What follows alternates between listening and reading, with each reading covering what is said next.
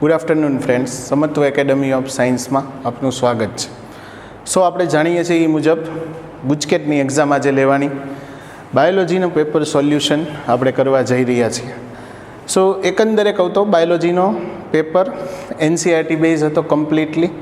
Question ક્વોલિટીની વાત કરીએ તો પ્રીવિયસ ગુજકેટની સરખામણીમાં સારા એવા ક્વેશ્ચન હતા.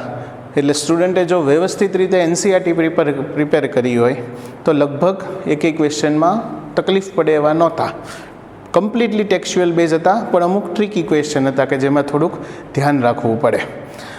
પેપર આપણી સાથે છે, 1 by 1 ક્વેશ્ચન આપણે સોલ્વ કરતા જઈએ.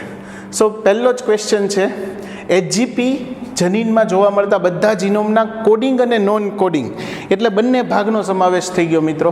કે ઇન્ટ્રોની આવી ગયા, એક્ઝોની આવી ગયા.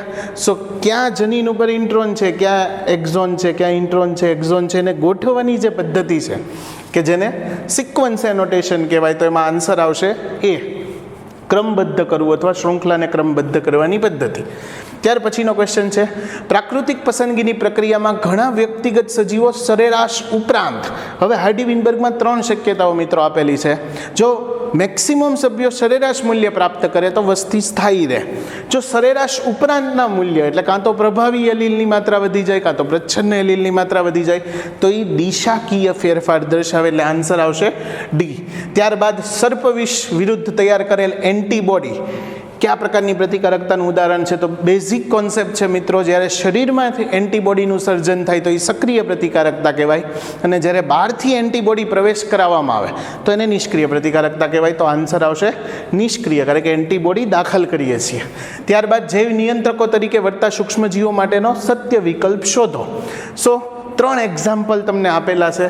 ટ્રાઇકોડર્મા જે મુક્તજીવી ફૂગ છે, રોગિષ્ટ છોડની સારવારમાં વપરાય. બકુલો વાયરસ જે સંધિપાદીમાં સામાન્ય રીતે ઉપયોગ થાય, અને બીટી આપણે સૌ જાણીએ છીએ. આ ત્રણેય એવા છે કે જે જૈવ નિયંત્રક તરીકે કામ કરે.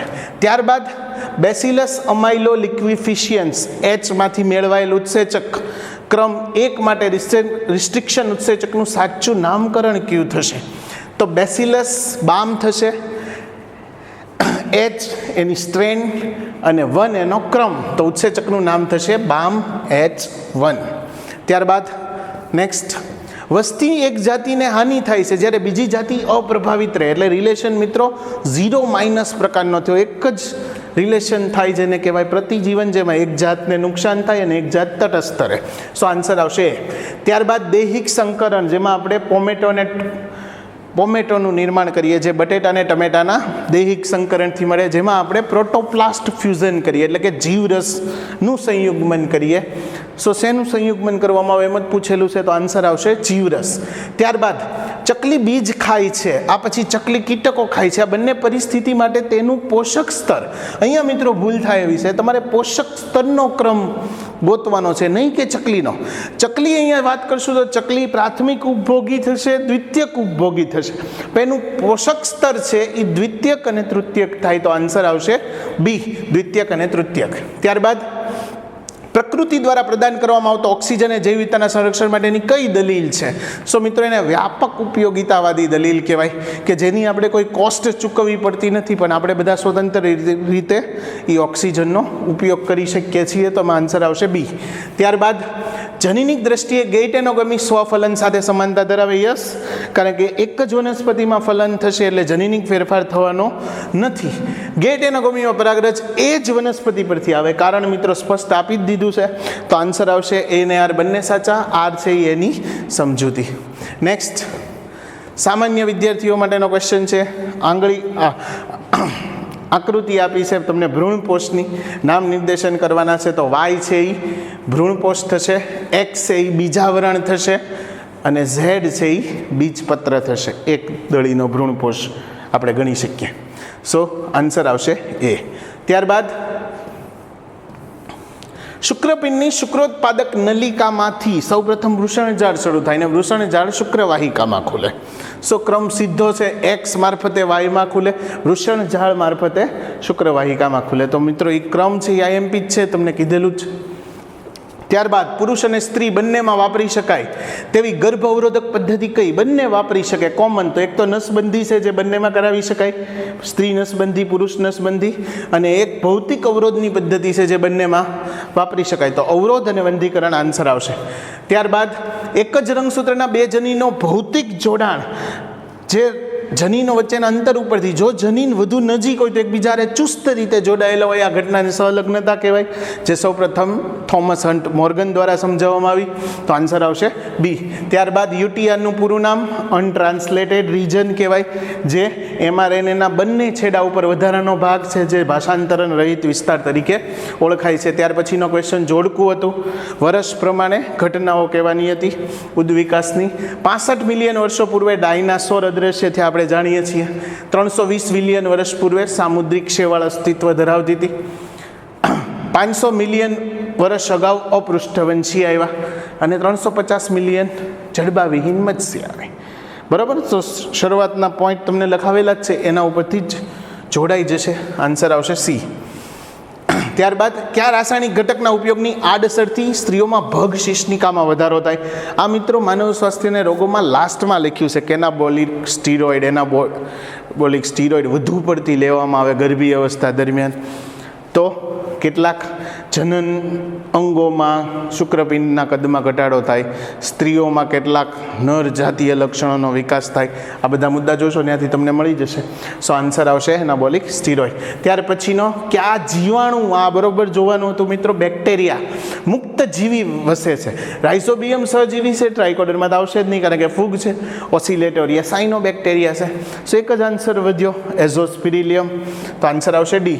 ત્યારબાદ ડીએનએના પટ્ટાઓને અગારોસ જેલમાંથી કાપીને બહાર કાઢવામાં આવે અને જેલના ટુકડાઓથી અલગ કરવામાં આવે, આ પ્રક્રિયાને છાલન, ઇલ્યુશન તરીકે આપણે ઓળખીએ છીએ. તો આન્સર આવશે સી. ત્યારબાદ 20મો, વર્તમાન સમયમાં વિશ્વમાં મિત્રો આ બોર્ડમાં હતો 30 જેટલા ઔષધો બાયોટેકનોલોજીથી ઉત્પન્ન થયેલા વિશ્વમાં ઉપલબ્ધ છે, 12 જેટલા ભારતમાં પ્રાપ્ય છે. ત્યારબાદ એક જંગલમાં હરણની વસ્તી 100 છે, ત્યાં શિકારીઓ ઓછા અને ખોરાક પૂરતો છે, એટલે વસ્તી વૃદ્ધિ પામી શકશે. વાર્ષિક 30 બચ્ચા જન્મે છે, એટલે 30નો વધારો ગણો તો 100 + 30 એટલે 130, અને 10નો મૃત્યુ થાય છે તો 120, એટલે વાર્ષિક 20 જેટલો વધારો થાય છે. તો ટકાવારી પ્રમાણે ગણો તો 0.2, 20/100 કરો એટલે તમને આન્સર મળી જશે 0.2 એનો વૃદ્ધિ દર તમને પ્રાપ્ય થશે. સો આન્સર આવશે 0.2. ત્યારબાદ વિઘટનના સ્ટેપ આપ્યા છે મિત્રો. આર્દ્રતાયુક્ત પર્યાવરણ વિઘટન માટે અનુકૂળ છે, સાચું છે. ભેજવાળા વાતાવરણમાં વિઘટન ઝડપી થાય.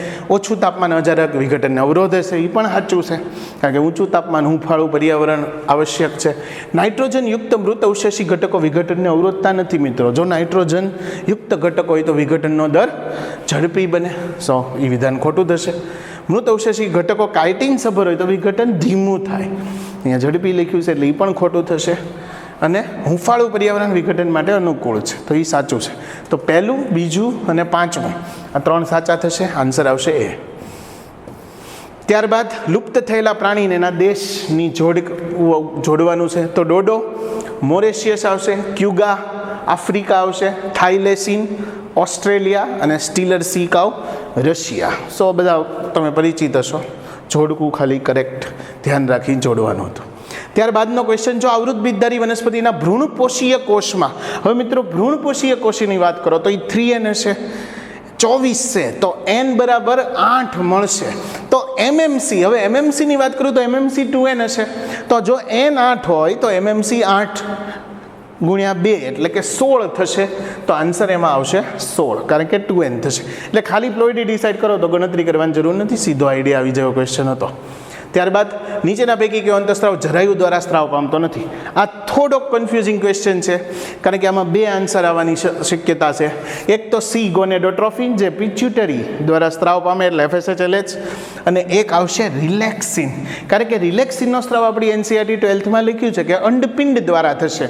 તો એમાં બંને આન્સર કરેક્ટ આવશે, ગોનેડોટ્રોફિન સી અને રિલેક્સિન ડી. 2 આપવા પડશે ગુજકેટમાં, એટલે 2માંથી જે લખ્યું એ વિદ્યાર્થીઓનો સાચો પડશે. ત્યારબાદ પછીનો ક્વેશ્ચન, નીચેના પૈકી કઈ સહાયક પ્રજનન પદ્ધતિમાં ફલન શરીરની અંદર થાય, એટલે કે અંડકોષ ને શુક્રકોષ ભેગા શરીરની અંદર થતા હોય એવું ગિફ્ટ ગેમેટ ઇન્ટ્રાફેલોપિયન ટ્રાન્સફર, કારણ કે બાકી બધી પદ્ધતિમાં પ્રયોગશાળામાં કૃત્રિમ રીતે ફલન કરાવવું આવશ્યક છે, એટલે આન્સર આવશે ગિફ્ટ.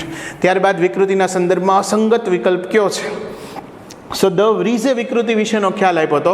ધ વ્રીઝ પ્રમાણે વિકૃતિ જ જાતિ નિર્માણનું કારણ છે, સાચું વાક્ય છે.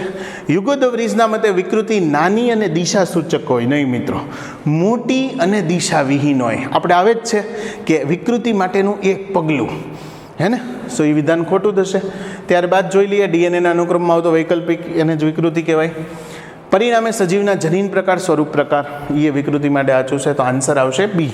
ત્યારબાદ મેસેલ્સન સ્ટહાલના પ્રયોગમાં ભારે ડીએનએ અણુને સામાન્ય ડીએનએથી છૂટા પાડવા caesium chloride density gradient centrifugation પદ્ધતિ ઉપયોગમાં લેવામાં આવી હતી, તો આન્સર આવશે CSCl. ત્યારબાદ ભૂસ્તરીય સમય અનુસાર અનાવૃત બીજધારી વનસ્પતિઓ નિટેલ્સ ગોત્ર કયા સમયમાં ઉદ્ભવ્યો હશે? તો એમાં આન્સર આવશે ક્રિટોસિયસ, કારણ કે મિત્રો તૃતીયક અને ચતુર્થકમાં તો એક દળી આવૃત બીજધારી દ્વિઅંગી અસ્તિત્વ ધરાવતા હતા. એ પછીનો જ સમયગાળો તમે લ્યો તો ક્રિટોસિયસ આવશે કે જેમાં નિટેલ્સ જોવા મળતા હતા, તો આન્સર આવશે ડી. ત્યાર પછીનો આપેલી આકૃતિ ઓળખવાની હતી, કેનાબિનોઇડની છે, કેનાબિસ સટાઇવા, હે ને? સો સ્ટ્રક્ચર ઉપરથી જ આઈડિયા આવી જાય, તો આન્સર આવશે એ. ત્યારબાદ ટેબલ હતું, સૂક્ષ્મજીવો આપ્યા છે, એમાંથી કયો ઘટક અને એનો ઉપયોગ. સો ખોટું ગોતવાનું હતું મિત્રો, અસંગત શોધો. તો સ્ટ્રેપ્ટોકોકસ, સ્ટ્રેપ્ટોકાઇનસ, ક્લોડબસ્ટર કરેક્ટ છે. મોનોસ્કસ પુર્પુરિયસ, સાયક્લોસ્પોરીને અંગ પ્રત્યારોપ, આ બંને સાચા છે, પણ અહીંયા મોનોસ્કસ પુર્પુરિયસ નહીં આવે, ટ્રાઇકોડર્મા પોલિસ્પોરિયમ આવે, એટલે બી ઓપ્શન છે એ રોંગ થશે. સો આન્સર આવશે બી. ત્યારબાદ PCR પ્રક્રિયાના વિસ્તૃતીકરણ તબક્કામાં કયા ઉત્સેચકનો ઉપયોગ થાય છે? તો વિસ્તૃતીકરણ તબક્કામાં ટેક પોલિમરેઝ જે વિસ્તૃત કરે પ્રાઇમરથી ન્યુક્લિયોટાઇડને એડ કરીને શૃંખલાની લંબાઈમાં વધારો કરે, સો આન્સર આવશે સી. ત્યારબાદ આરએનએ અંતક્ષેપ પદ્ધતિમાં વિશિષ્ટ mRNA પૂરક બ્લેન્ક સાથે જોડાયા બાદ નિષ્ક્રિય થઈ જાય, સો પૂરક dsRNA આવશે, હે ને? કે જેનું પૂરક હશે, એ તો એનો મેઇન સિદ્ધાંત છે. સો એમાં ડબલ સ્ટ્રેન્ડેડ આરએનએ આવશે. કોના ક્ષેત્ર પ્રયોગોએ દર્શાવ્યું કે પથરાળ સમુદ્ર તટ પર મોટા સ્પર્ધીરૂપી ઉત્તમ બાર્નેકલ્સ નાના બાર્નેકલ્સને તે ક્ષેત્રમાંથી ખસેડી દીધા? આન્સર આવશે સી, કાનેલ.